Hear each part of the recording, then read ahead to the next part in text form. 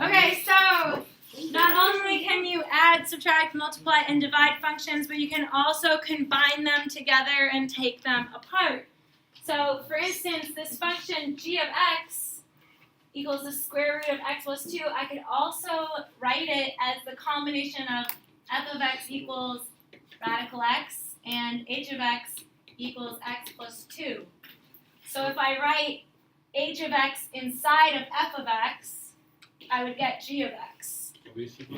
No, this is just an example.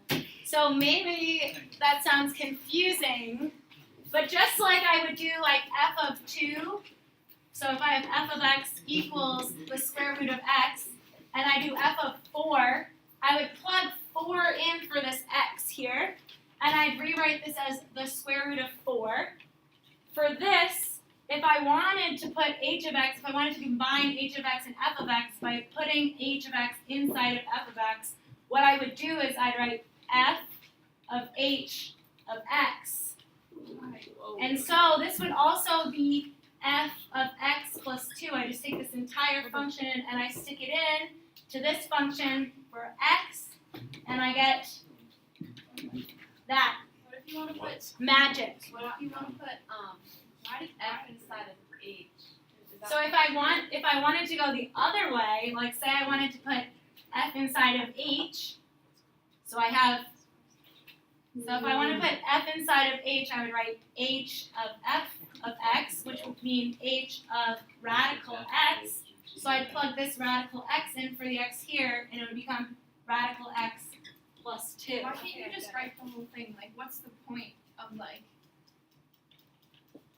So you'll see once we get into the notes that we have shorthand for this, but there's multiple ways of solving it, and there could be more than just one answer of breaking this apart or putting it together. Like, this isn't the only way that this could be solved.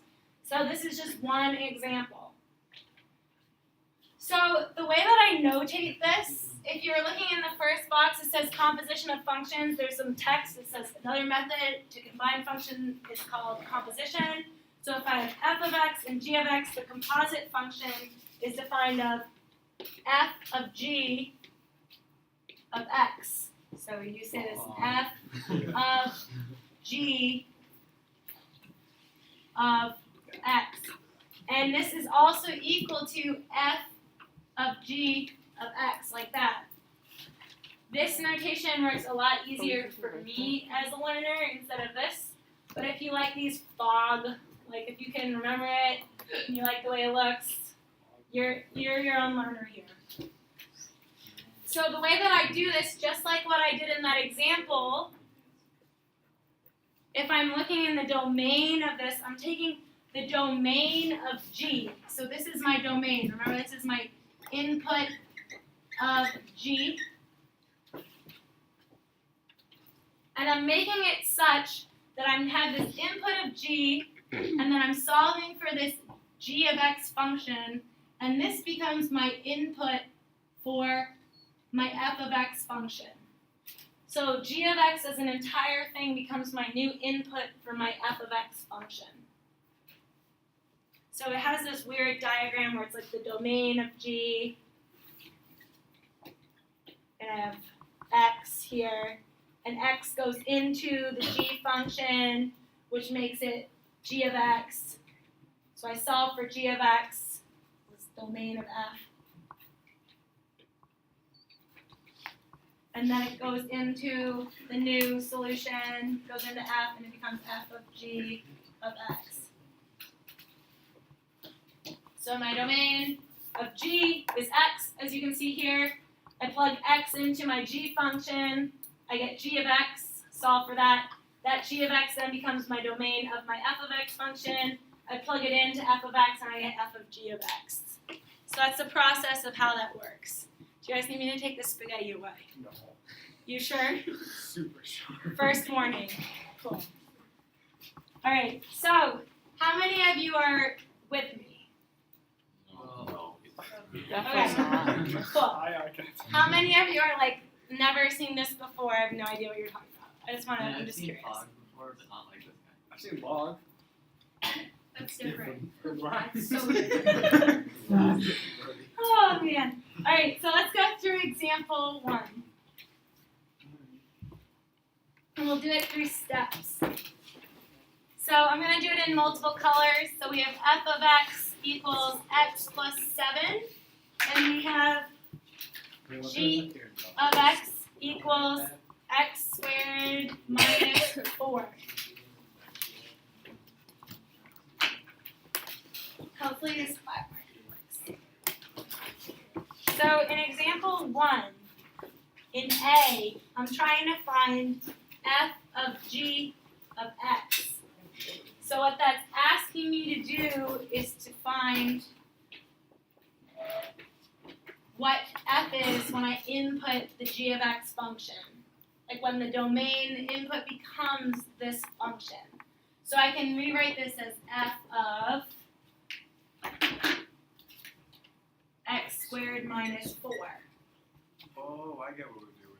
So what I'm going to do is I'm going to plug this in just like I would if I had a number here. This becomes my new input for this function. So it now becomes f of g of x becomes x squared minus 4 plus 7. So I'm taking my g of x function and I'm plugging it in where x was in the f of x function. Something really beat my alpha 1 teacher. I remember doing this. Very cool. It's just so kind of confusing. So I took, if I'm going to draw it in a different way. So I'll do this. So f of x equals x plus 7. And then I have g of x equals x squared plus 4. Taking this and I'm plugging it in and replacing that x. So this and this switch places. Just like if I was to have f of x equals x plus 7 and I have f of 4, I would write it as 4 plus 7. Instead of having a number there, I now have a function that I'm replacing x with. And so when I simplify this, it becomes x squared plus 3. That's my answer. And my domain for this is all real.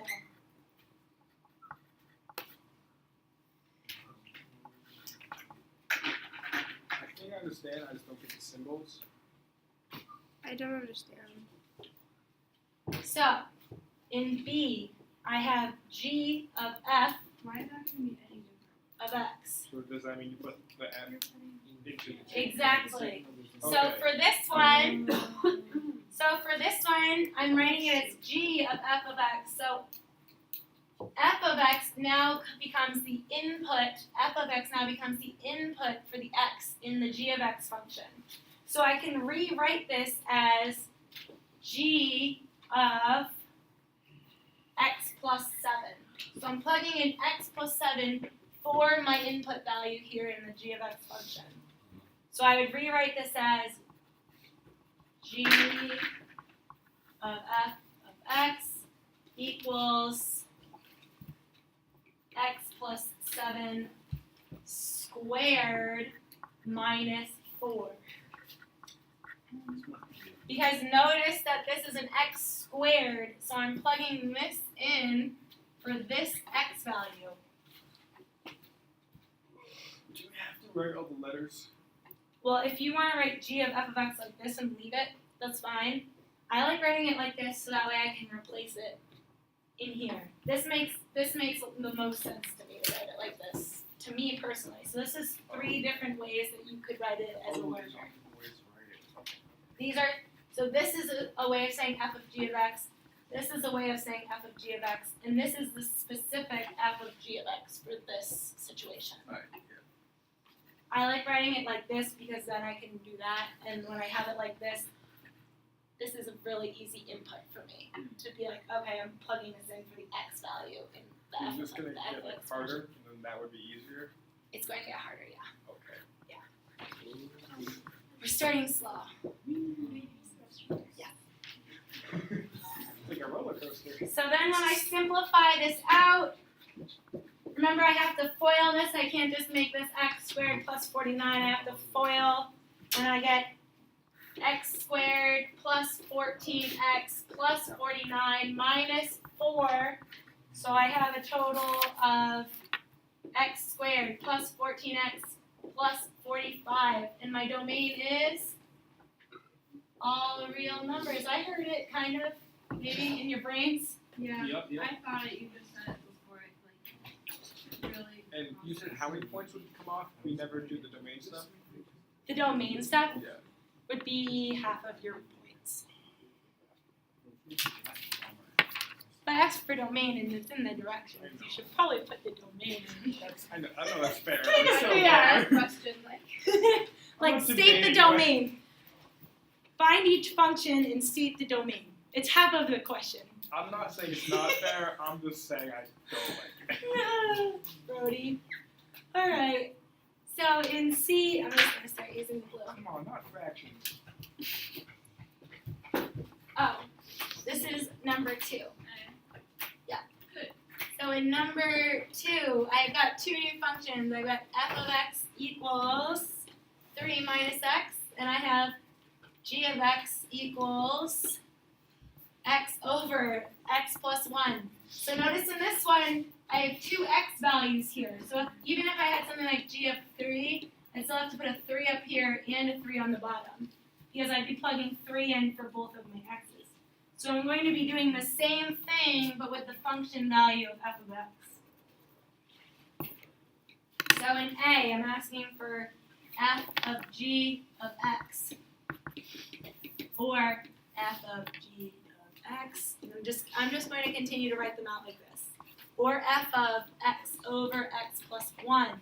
So what this means is I'm plugging in x over x plus 1 for the x value in that function f of x. So I rewrite this as f of g of x equals 3 minus x over x plus 1. Is that as simple as it gets? Yes. Really? No. You have to speak once. What did you say? Exactly, I have to find a common denominator. So I do x plus 1 over x plus 1 times 3 over 1, and I'd get 3x plus 3 and x plus 1 minus x over x plus 1. Whoa. Yeah. So my denominator does not change. I have x plus 1 in the denominator, and my numerator becomes 2x plus 3. And what is my domain here? It's not x is not negative 1. X does not equal negative 1. You were there. That was good. Nice job, guys. Jeez Louise.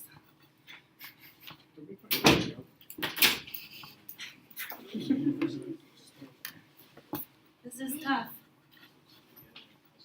This is what practice has been for function composition. The other thing was so easy and I loved it. Okay, so in B we have Goff. We have Goff, so g of f of x, or g of 3 minus x. So I would write this g of f of x equals 3 minus x over 3 minus x plus 1. So notice I substituted the function f of x in for x here and here in the g of x function. So I combined f of x into g of x. So it became g of f of x. Where do you get the plus one? Because the plus 1 is here. Okay. So when I plugged in these two, it's the same as plugging this in here and here. And I still have that plus 1 left over in this original function.